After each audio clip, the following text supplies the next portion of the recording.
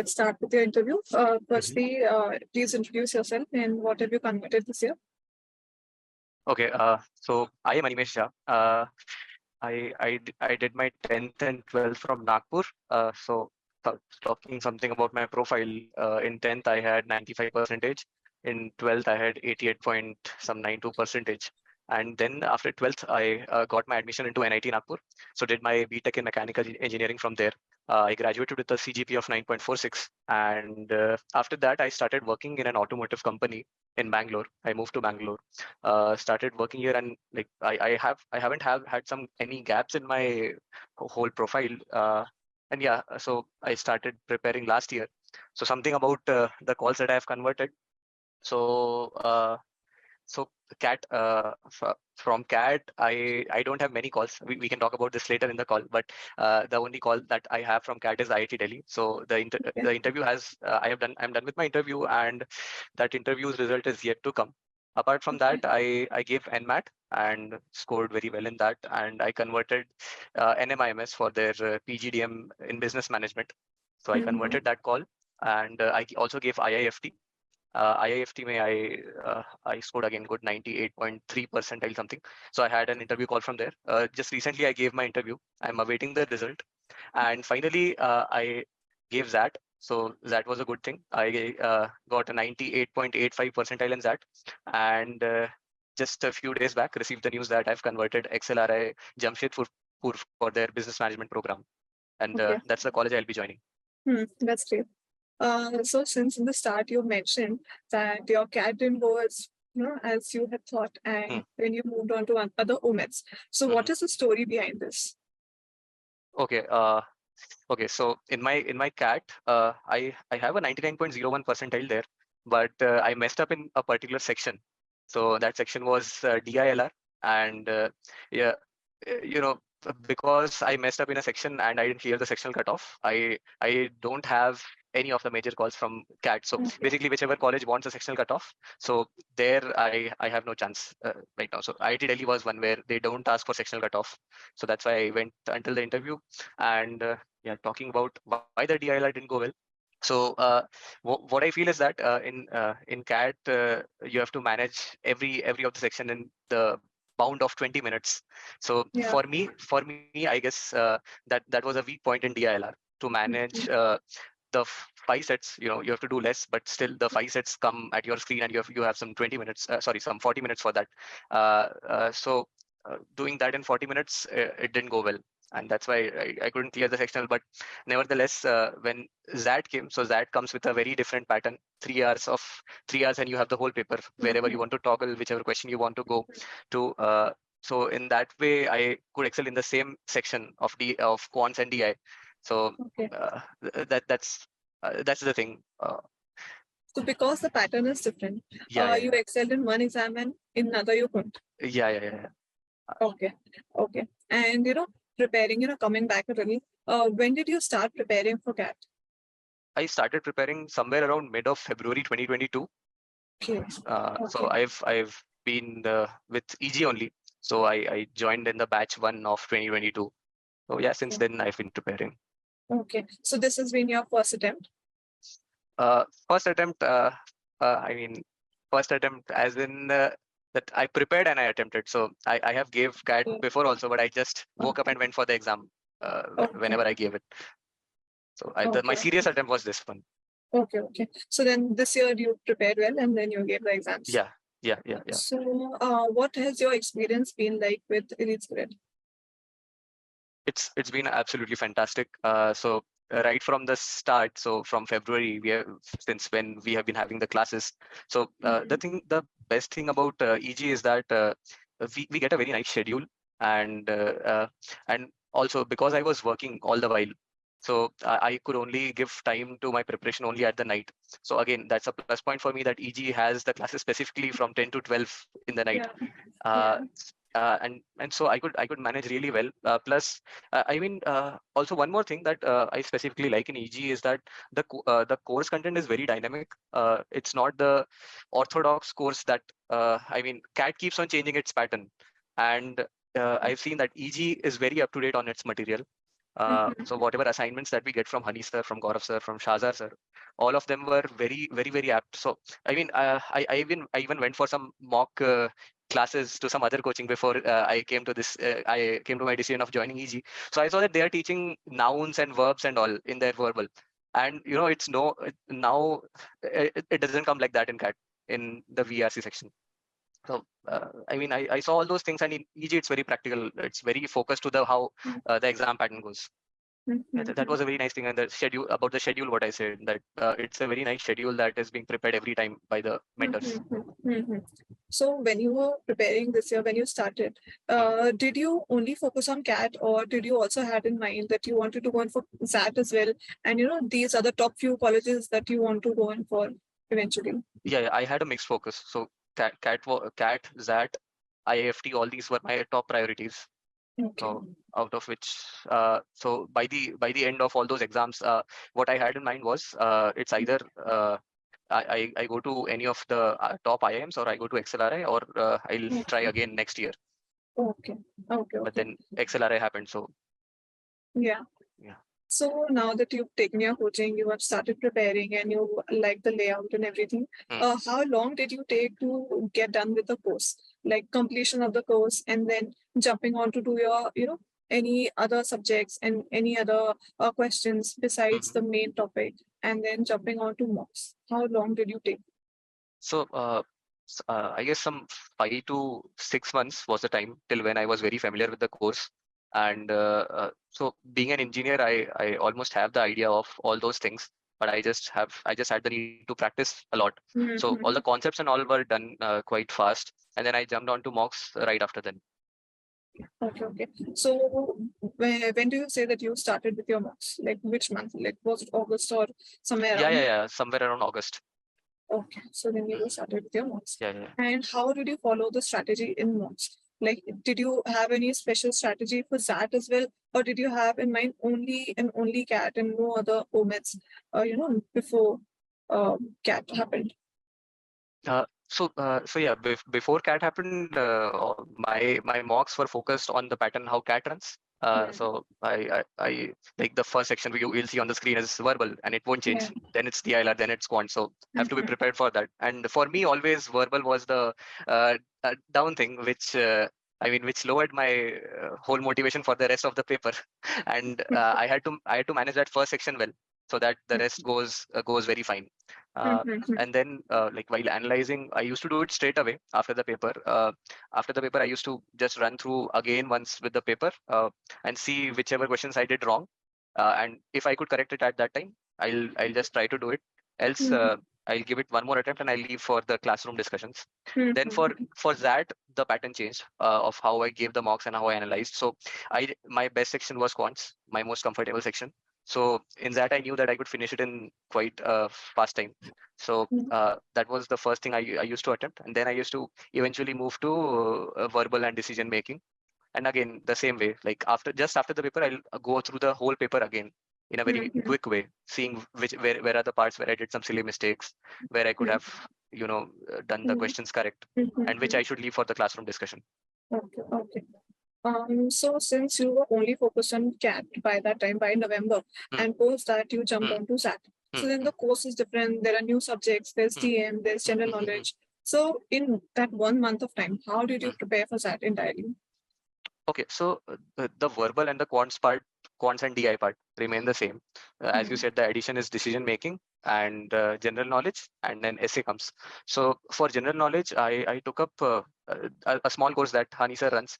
He gives a lot of like month-wise GK updates for the past year. So a nice compiled file for every month, whatever GK topics are happening, plus a lot of questions as test. So I remember solving some 1,000-2,000 questions, I guess, just for GK.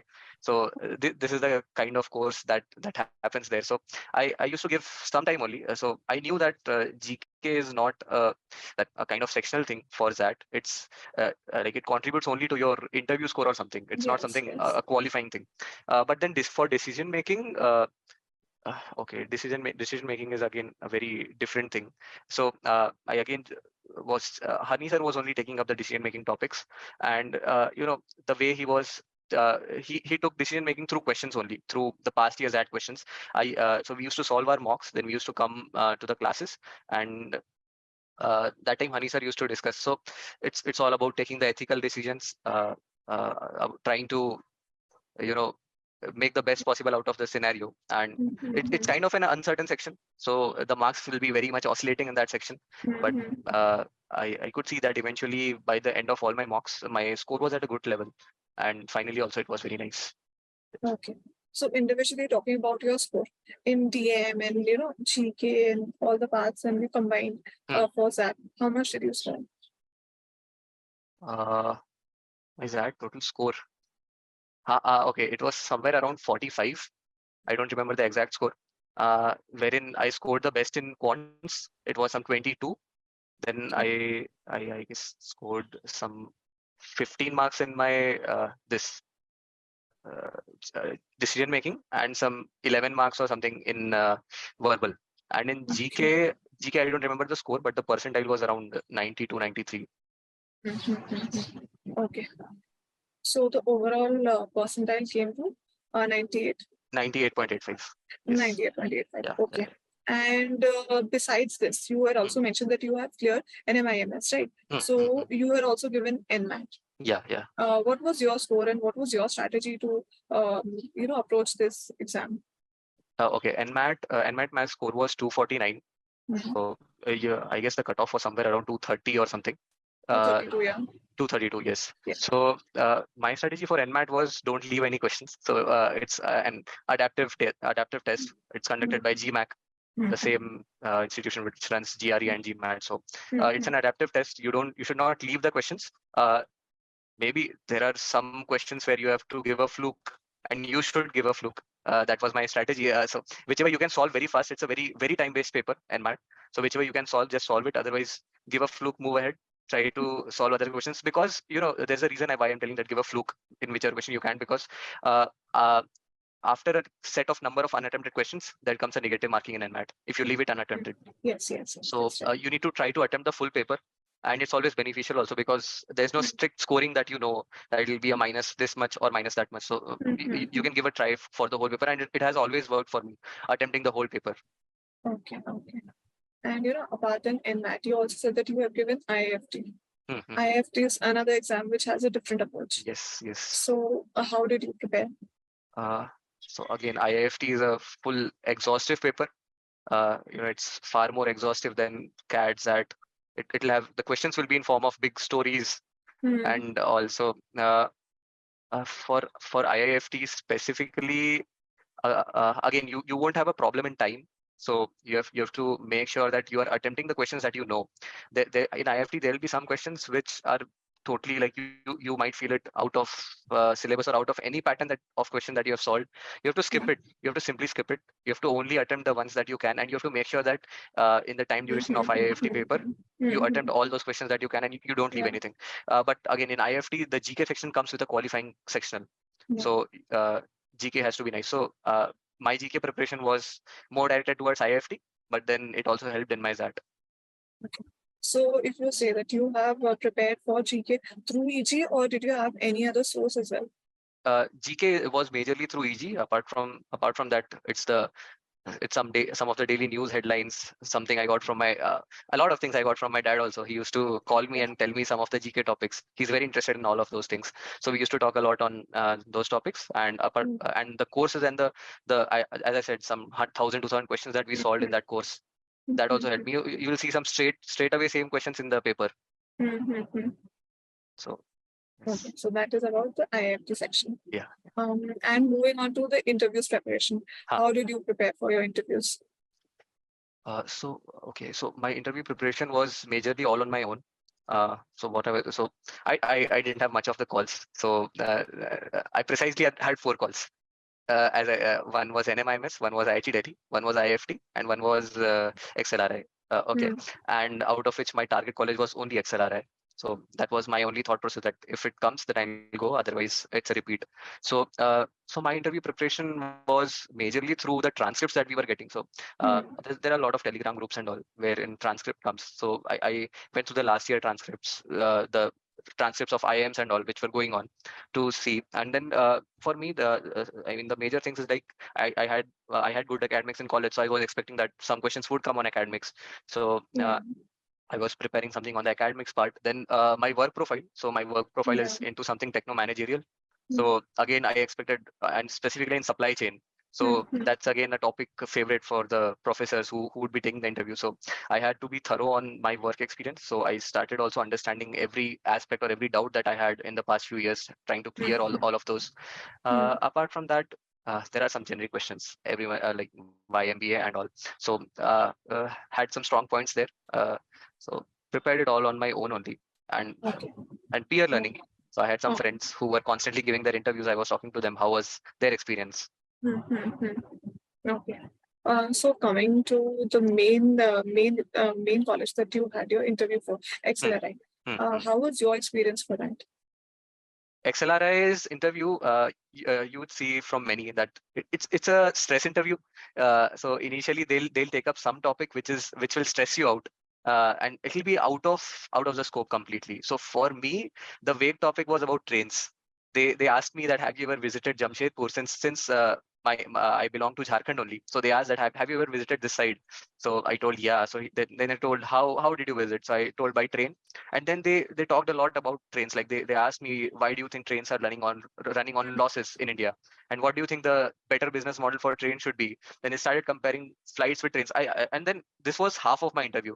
For the whole interview time, I mean for this 15 minutes of time of about talking about trains, I was thinking, how is it even related to whatever I have written in my SOP or whatever my profile goes? But then eventually I understood that this is something like they do usually. They'll try to stress you up in the initial phase, and then eventually the interview moved to my work experience. So again, they wanted my creative aspect and all. They asked me what are my achievements, and what do you learn from all those things. uh, yeah, so then again they questioned me about my work profile. So they asked me that since you are from a mechanical background, you have some good pointer and all. So do you feel justified working in a very different domain to supply chain? Although my role was something into supply chain of automotive equipments only, but still they asked me and I answered them. Again, they asked me something about my company's structure and all. So Okay. that also I could answer very well. So I guess these are the points Mm. that went well for the interview. But the first 15 minutes, as I said, it was stressing. Okay. Okay. And coming to any other interviews like NMIMS or Hmm. IIFT, the Huh. results haven't come out. But since you had the interviews, please let Yeah. us know how did Yeah. it go? Yeah. So NMIMS result is out. So I converted the call also. So Yeah. NMIMS's interview is one of the shortest that you'll ever see. It's a 10-minute rapid fire that happens. Uh, Mm-hmm. I remember there's a long process. So after NMAT exam, they'll have an exam called the Watson Blazer test, and they'll also have an essay round. So Yeah. for these two rounds, you have to be at their NMIMS campus. So I traveled to Mumbai for that. Uh, uh, Gave these two exams. These two exams happen in a duration of some 1.5 hours. Then immediately I was the first one to be interviewed on that day. So Mm. I went to my room.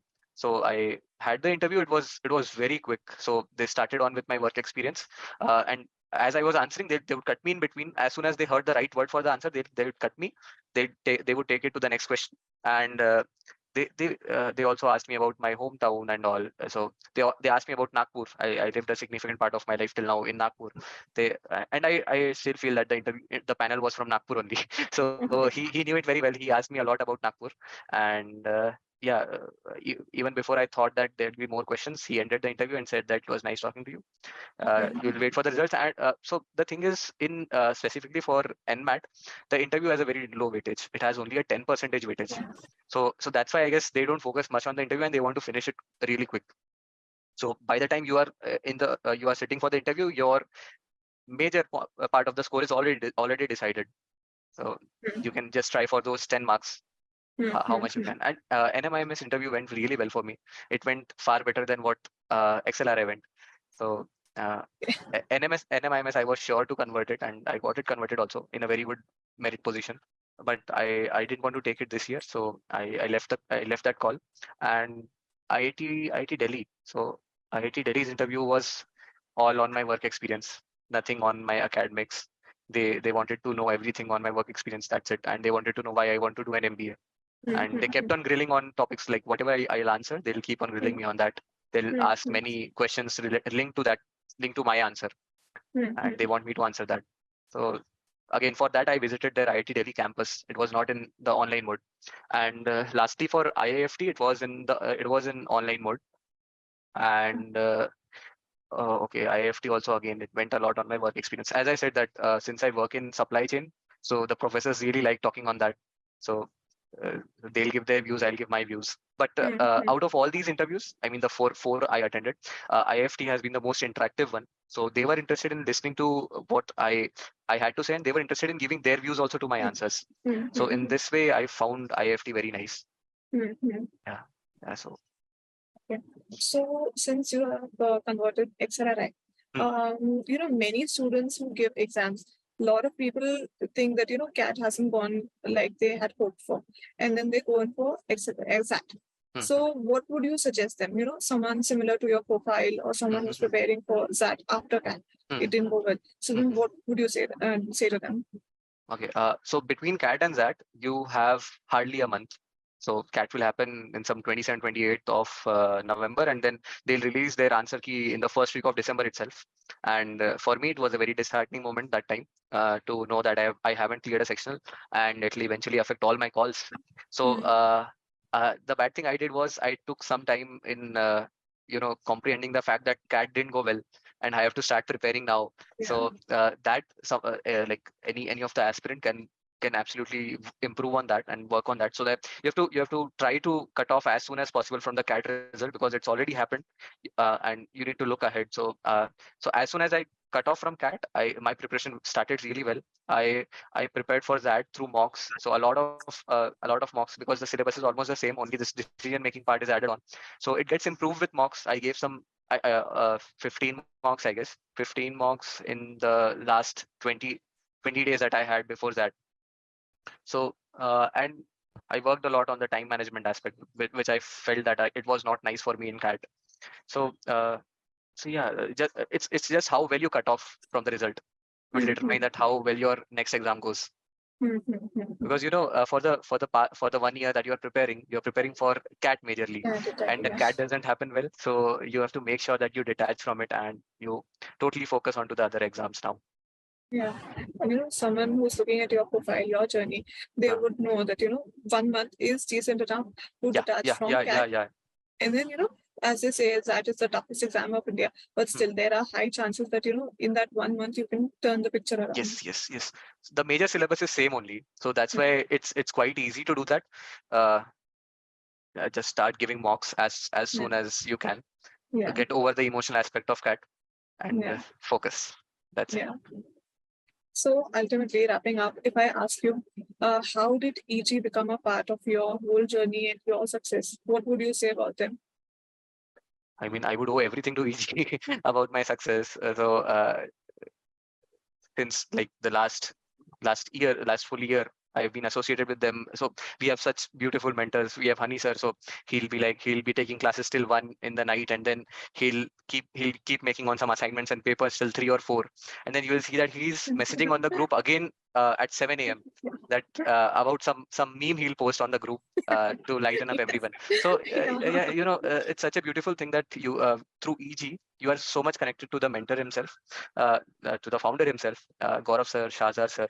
So all of these have a very personal touch in providing the quality of education that they are giving. Plus, as I said, all the material that they have is top notch. So that's again a benefit. Plus, they make you learn hardworking. So you see your mentors working so hard, so you feel inspired and you want to do the same. Like I bet Honey sir would convert all calls every year. So he's this hardworking. Yeah. Another special thing. So I remembered. So Honey sir used to solve some mocks on live classes. So that was again a very nice thing. He used to always keep talking and explaining us the approach he's taking, and he'll solve the whole paper. And in quants, it was always full marks. And he used to tell how he's doing. He used to also solve DILR, letting us know how his approach is to the questions. So again, that's also one another beautiful thing that happened in the whole session journey. Yeah. Thank you so much for sharing your journey with us and the insights that you've given about your profile, your journey. It is going to help all of the students, the aspirants that are watching you. And we thank you from the bottom of our heart. Thank you, Monica. Yeah, thank you for being with us. Yeah, have a good day. Yeah, Bye you bye. too. Bye.